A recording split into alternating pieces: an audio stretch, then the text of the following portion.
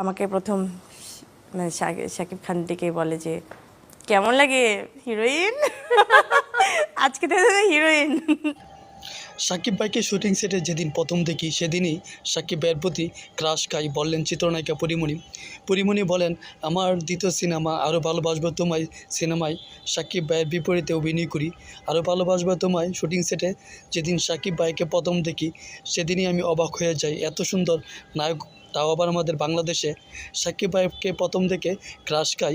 সাকিব ভাইয়া আমার প্রথম সিনেমার ভালোবাসা সীমাহীন রিলিজের দিন প্রথমেই তিনি আমাকে হিরোইন বলে সম্বোধন করেছিলেন, যা আজও ভুলিনি। ছিলাম এসে হক অলিক ভাইয়ের একটা সিনেমার শুটিংয়ে, আরও ভালোবাসবো তোমায়। আমার কোয়ার্টিস্ট ছিলেন শাকিব খান।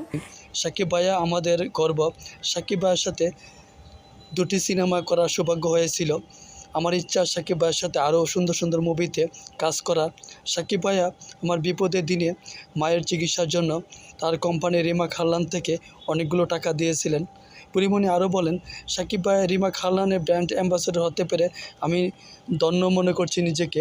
সাকিব ভাইয়া বরবাদের ফার্স্ট লুক দেখেছি, আমার দুর্দান্ত ভালো লেগেছে।